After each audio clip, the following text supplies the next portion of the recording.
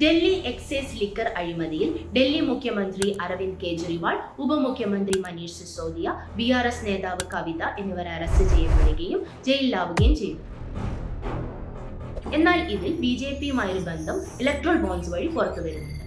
അതാണ് ശരത് റെഡ്ഡി ചന്ദ്ര, ഈ അഴിമതി കേസിലെ 7ാം പ്രതി. അയാൾ അറസ്റ്റിലാവുന്നത് നവംബർ 2022 11-ാം തീയതിയാണ്.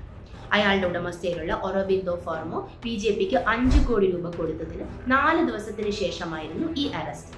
ഇതേ തുടർന്ന് ജൂലൈ 2023 ശരത് റെഡ്ഡി ഈ കേസിൽ മാപ്പുസാക്ഷിയായി മാറുകയും കുറച്ചു മാസങ്ങൾക്ക് ശേഷം നവംബർ 2023 ഇയാളുമായി ബന്ധപ്പെട്ട 3 കമ്പനികൾ BJPക്ക് ബോണ്ട്സ് വഴി 50 കോടി രൂപ കൊടുക്കുകയും ചെയ്തു. എൻഫോഴ്സ്മെന്റ് ഡയറക്ടറേറ്റിന്റെ കുറ്റപത്ര പ്രകാരം 100 കോടി രൂപയാണ് ഡൽഹി ലിക്കർ അഴിമതി കേസിൽ ഉൾപ്പെട്ടിരിക്കുന്നത്. ഈ അഴിമതിയുമായി BJPക്ക് നേരിട്ട് ബന്ധമൊന്നുമില്ലെങ്കിലും പിന്നീട് മാപ്പുസാക്ഷിയായി മാറിയ ഈ കേസിലെ 7ാം പ്രതിയുമായി ബന്ധപ്പെട്ട കമ്പനികൾ മുഖാന്തരം BJPക്ക് ലഭിച്ചത് 55 കോടി രൂപയാണ്.